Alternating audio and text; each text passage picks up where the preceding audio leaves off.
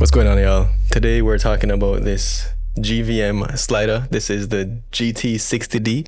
It is a 23-inch motorized slider from the company GVM, of course, which I think stands for Great Video Maker. I have a couple thoughts on this slider, so let's just kind of jump into it, yeah? Also have to say this video is not sponsored by GVM, Great Video Maker.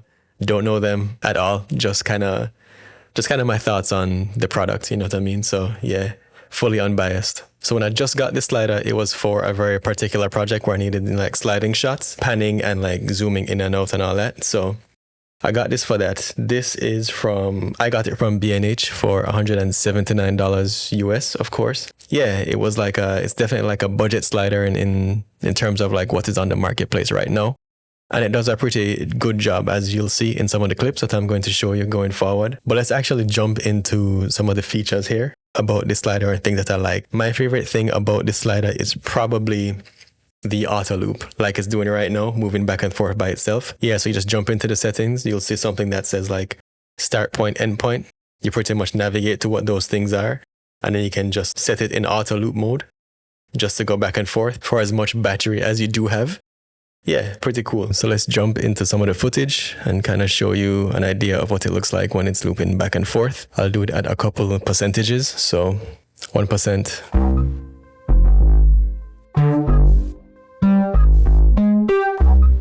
50%.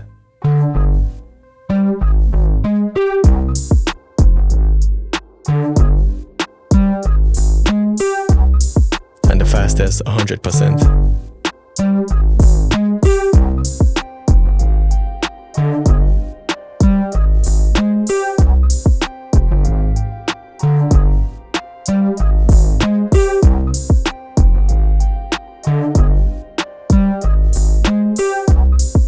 The worst thing I think about this slider is that every time you turn it off, like you take the battery out, you do a battery pull, it forgets all of those settings, right? So your start point, end point, you have to redo those every time. Me personally, anytime I use it, my start and end point were at the literal start and end of the track. So I'd have to reprogram those every single time. And it was kind of annoying, you know what I mean? Like, it would be cool if they had like profiles or something. And if they do, I didn't see it. But if they had profiles that you could just set up and it would just stay that way, that would be amazing. But every time you turn it off, every time you pull the battery, you will have to reprogram what those start and end points are. But yeah, just something to be aware of if you are trying to buy something like this. The build of it, pretty nice. I think the tracks, these treads here, definitely could be a little higher quality. It gets the job done, but when it's moving along, you can kind of see how they're not exactly struggling, but there is like a weird vibration in them at times on certain parts of the track. And I assume if something happens to this, like if it gets cut or something like that, that would be a major problem. I'm not sure how to like replace this tread, but yeah, just something to think about as well. I don't know what happened, but when it's not on and I'm moving it back and forth, you can kind of feel like a pull in one direction. It hasn't affected the slider when it's motorized, but when it's off, you can definitely feel it. Like, look, this is what I'm talking about. You see this? Right here, there's like a pull. I don't know why. I don't know what that means, if that's like, boom, right there. I don't know if that's a good thing or a bad thing, or if I did something to it. I don't think I did, but just something I've noticed. Like if you have it off and maybe you're thinking about using it to get a smooth shot like this, just pushing it just by hand. Yeah, something about it on the tread. I don't know if it's like, I looked closer at it and I didn't see anything wrong inside that track or inside this track. So not really sure why that's happening, but you can still get pretty decent results like just by pushing it by hand here. So I'm not sure if that's something to be concerned about, but the shots still look pretty good. It does have a time lapse as well, with settings for interval, the time lapse and stop time. So for example,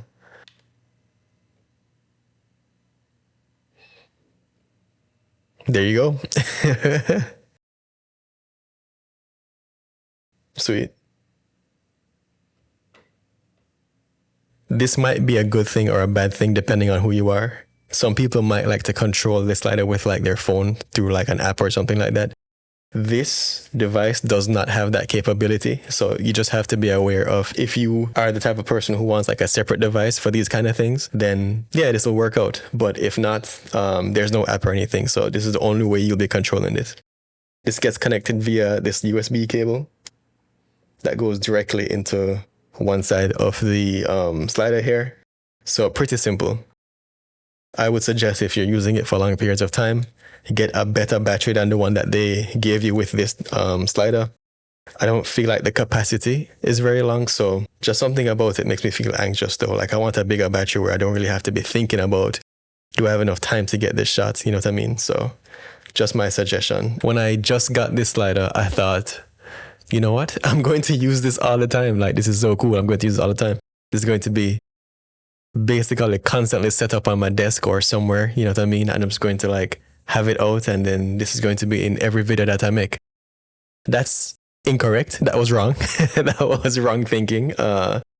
There's something about it that is a little too cumbersome for me to have it like as a permanent fixture. Though I really do like it, and I like the results that it produces. I can probably count on one hand the amount of times I've actually used it. You know what I mean? Even though it's pretty cool. Like, it's, look at it, going back and forth right now. But yeah, that's it. Overall, I think GVM made a really good budget slider for this one, the GT60D. I think the value of it is very good, especially if you are not trying to spend like, you know, 500 plus on a slider. This was 179. I definitely would recommend it if you know that you're going to use this often. If you do client shoots that require this kind of work, then it's cool, right? But yeah, I would say if you're trying to use it once or twice, maybe not worth it. Maybe just use like a handheld solution instead, especially if you have like a halfway decent camera that has good IBIS, like you have a Lumix or something like that. Yeah, like it just kind of becomes irrelevant unless you really want that like a very clean moving shot. Anyway, guys, that's it for this one. Hopefully just gave you like an idea of how the GVM Slider 23-inch version would work out for you or not. Any comments, questions, suggestions for new videos, let me know. Drop it in the comments, and I'll catch you guys in the next video. Peace.